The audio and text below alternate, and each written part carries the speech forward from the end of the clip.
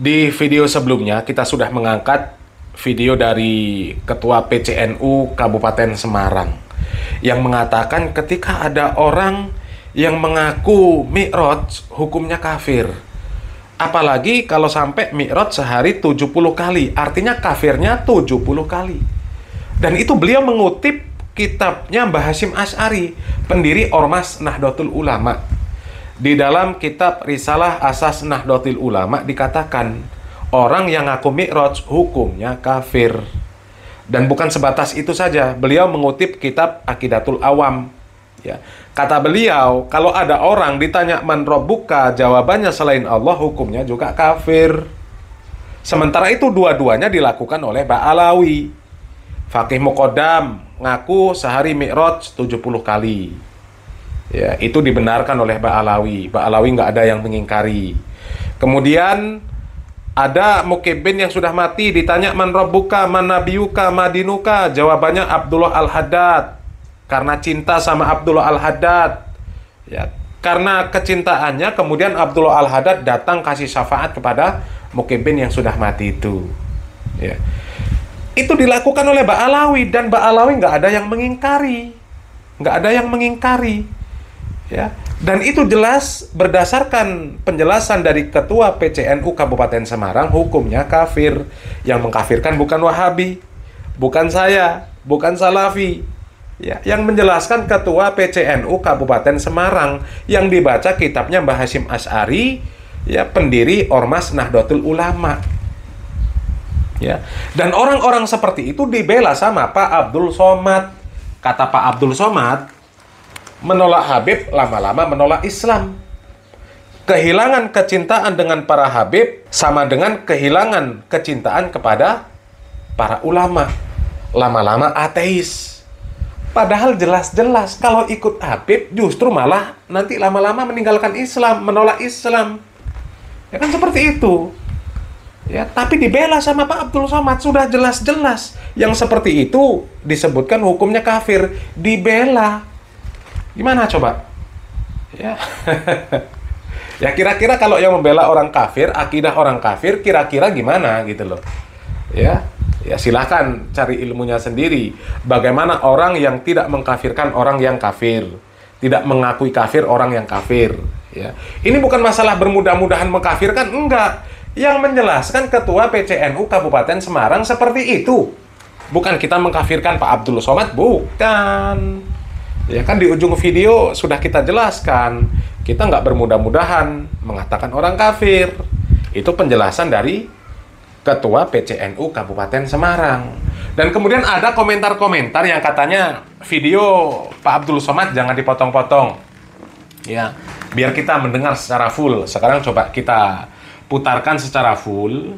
Ya, silakan simak sendiri. Ya, katanya, oh itu yang dimaksud Pak Abdul Somad itu Habib yang baik-baik saja, bukan Habib yang ada di Indonesia, itu Habib yang ada di luar negeri. Luar negeri sama Indonesia sami mawon. Coba lihat Pak Umar bin Hafiz. Sama saja sudah, ya, sama saja. Yang di Indonesia ya malah lebih parah lagi. Ya, coba kita lihat video dari Pak Abdul Somad. Artinya beliau kan Habib, Ustaz. Ya. Nah, sekarang ada kecenderungan orang yang menolak Habib. Gimana ceritanya, Ustaz? Mungkin kasih sedikit pandangan, Ustaz. Pertama menolak Habib, nanti lama-lama menolak Islam. Ya. Ujung-ujungnya itu ya ke sana. Maka ibarat makan bubur panas. Ya. Bubur panas itu dia tidak langsung dari tengah karena panas, pinggir-pinggirnya dulu. Iya, menolak. Kalau sudah orang kehilangan kecintaan kepada para habaib, hilang kecintaan pada ulama, hilang mahabbah, dia lama-lama ketika Islam dihinakan, cuek aja. Hati-hati, ini sedang menggerogoti kita. Maka kita tetap mencintai para habaib, zuriat Rasulullah SAW, mencintai para kiai, para tuan-tuan guru, para ulama. Itulah yang kita tanamkan kepada anak-anak kita. Ah, coba itu fullnya. Ya, nggak kami potong-potong. Dan memang videonya seperti itu. Ya, yang beredar seperti itu. Dan Pak Abdul Somad tidak mengklasifikasi. Yang dimaksud itu Habib yang mana? Habib yang baik-baik, apa yang nggak baik-baik? Yang baik-baik juga yang mana? Pak Rizik Sihab kah? Hanifah Latos kah? Nopel Aledrus kah? Bahar Smith kah? Yang mana yang baik-baik yang dimaksud? Yang di Indonesia kah? Luar negeri kah? Sama saja, luar negeri juga sama. Ya, luar negeri juga sama. Jadi di sana Pak Abdul Somad nggak mengklasifikasi. Ya, nggak mengklasifikasi. Dan jelas-jelas Pak Abdul Somad mengatakan bahwa menolak Habib lama-lama menolak Islam. Kehilangan kecintaan kepada Habib sama dengan kehilangan kecintaan kepada para ulama. Lama-lama menolak Islam, lama-lama ateis, lama-lama diam melihat Islam ini dihina. Padahal kerjaan Mbak Alawi itu yang menghina Islam. Ditanya man robbuka, jawabannya Abdullah Al-Haddad. Nabi seumur hidup Mi'raj 1 kali, Mbak Alawi 1 hari 70 kali. Apa nggak menghina Nabi, merendahkan Nabi itu namanya? Ya. Dan yang menjadi konteks pembahasan mereka itu karena adanya polemik Habib di Indonesia. Kalau nggak ada polemik Habib di Indonesia, nggak muncul pertanyaan yang seperti ini. Ya kan? Jadi artinya yang dibahas oleh Pak Abdul Somad ini ya Habib yang ada di Indonesia, yang sekarang ini ditolak, dikonter oleh ya termasuk Ketua PCNU Kabupaten Semarang itu, karena ajaran mereka sesat menyesatkan, ngajak kepada kekafiran. Ditanya man robbuka, jawabannya Abdullah Al-Haddad, ngaku Mi'raj sehari 70 kali. Ya, itu kan sudah merendahkan Islam, sudah menghina Allah, menghina Nabi kita Muhammad SAW. Ya, dan ini ada lagi ya video dari Mbak Alawi yang ya kami rasa kalau orang yang paham dengan syariat Islam nggak akan mungkin membenarkan ya, cerita dari Mbak Alawi yang seperti ini. Ini cerita benar-benar dusta, bertentangan dengan Al-Quran, bertentangan dengan hadis, bertentangan dengan syariat Islam. Ya. Tapi mereka angkat kisah-kisah yang seperti ini, kisah-kisah dusta yang jelas-jelas bohong. Ya. Coba kita lihat videonya.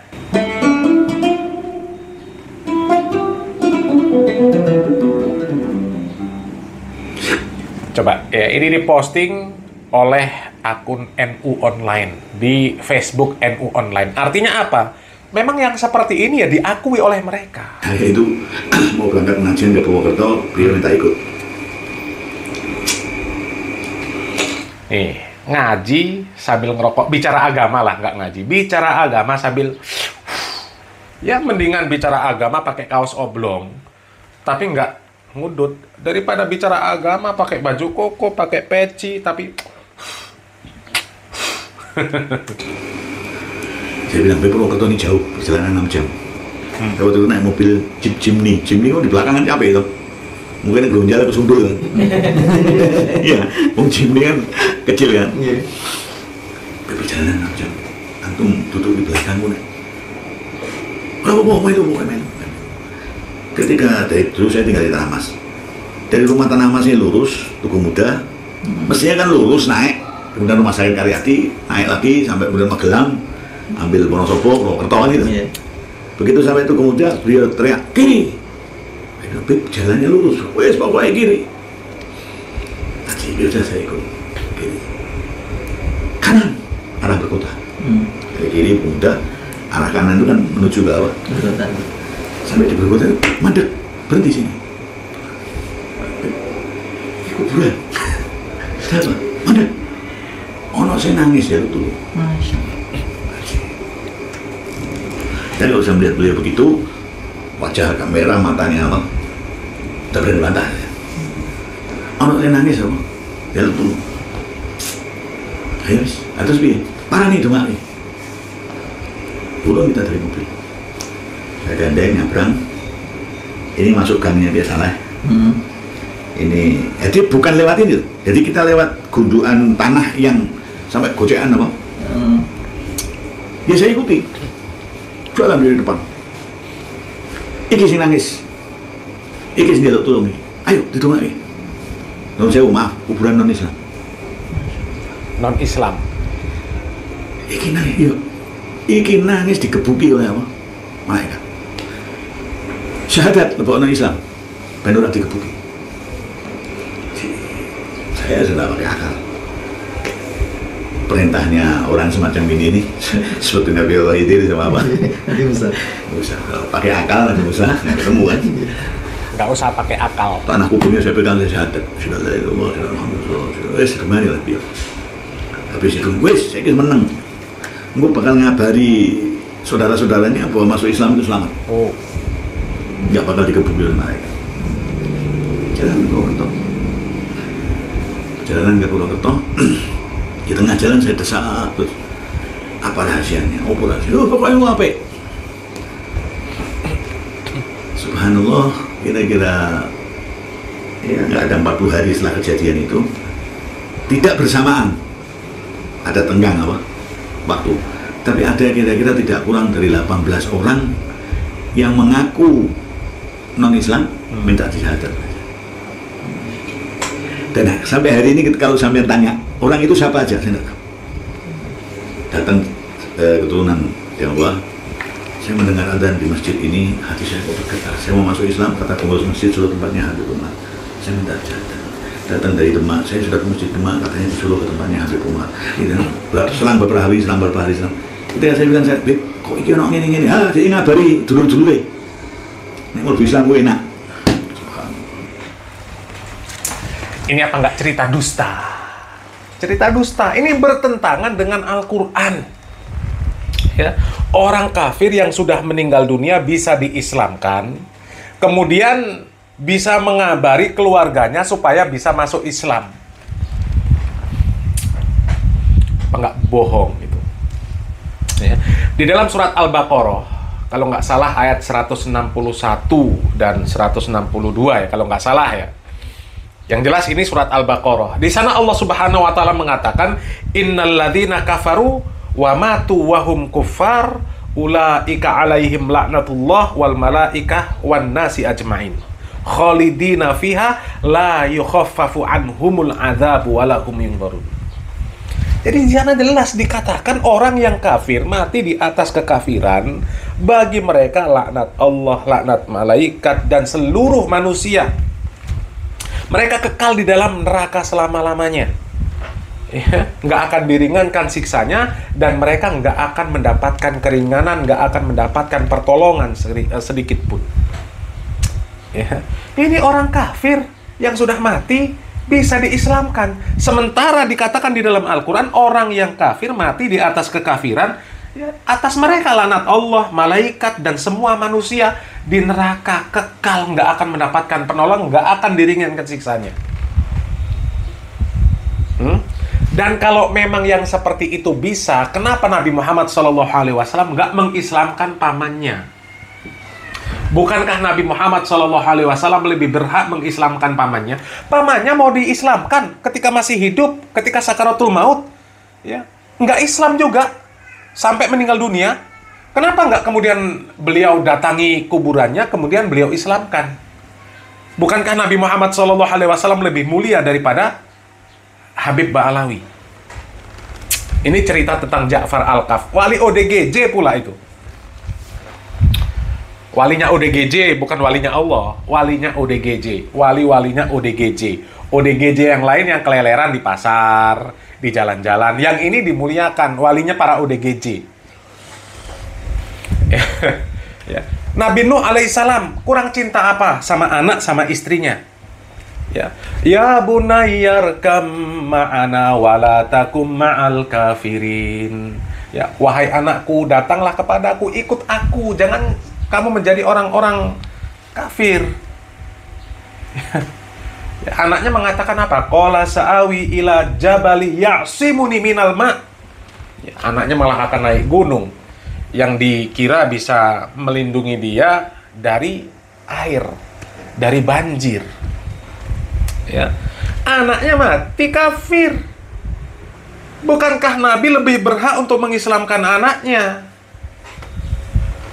Ya, kalau memang orang kafir yang sudah mati bisa diislamkan, ya kenapa nggak diislamkan semua oleh Nabi? Itu keluarga Nabi, kerabat Nabi, anak Nabi, istri Nabi Lut alaihissalam dan lain-lain, umat Nabi Lut, umat para Nabi, kenapa nggak diislamkan semua? Sementara ini siapa ODGJ ya ngaku bisa mengislamkan orang kafir yang sudah meninggal dunia, dibenarkan pula, diposting di halaman NU online. Ya, jadi nggak ada pengingkaran, memang nggak ada pengingkaran. Jadi yang dimaksud UAS itu Habib yang mana? Habib yang mana? Yang baik-baik itu yang mana? Yang Indonesia apa yang luar negeri? Ya sama saja seperti ini contohnya. Orang kafir sudah mati bisa diislamkan oleh dia. Nabi saja nggak bisa. Apa nggak merendahkan Nabi? Al-Quran saja jelas-jelas mengatakan innalladzina kafaru wa matu wa hum kufar ulaika alaihim laknatullah wal malaika wan nasi ajma'in khalidina fiha la yukhaffafu anhumul adzabu wa lahum yunzarun. Itu kan jelas. Jelas. Jadi seperti itu kok dibela-bela, menolak mereka, lama-lama menolak Islam. Kehilangan cinta kepada mereka sama dengan kehilangan cinta kepada para ulama. Lama-lama ateis. Lama-lama dia melihat Islam dihina. Justru mereka yang suka menghinakan Islam. Kan seperti itu, ya. Mudah-mudahan para pengikutnya UAS sadar.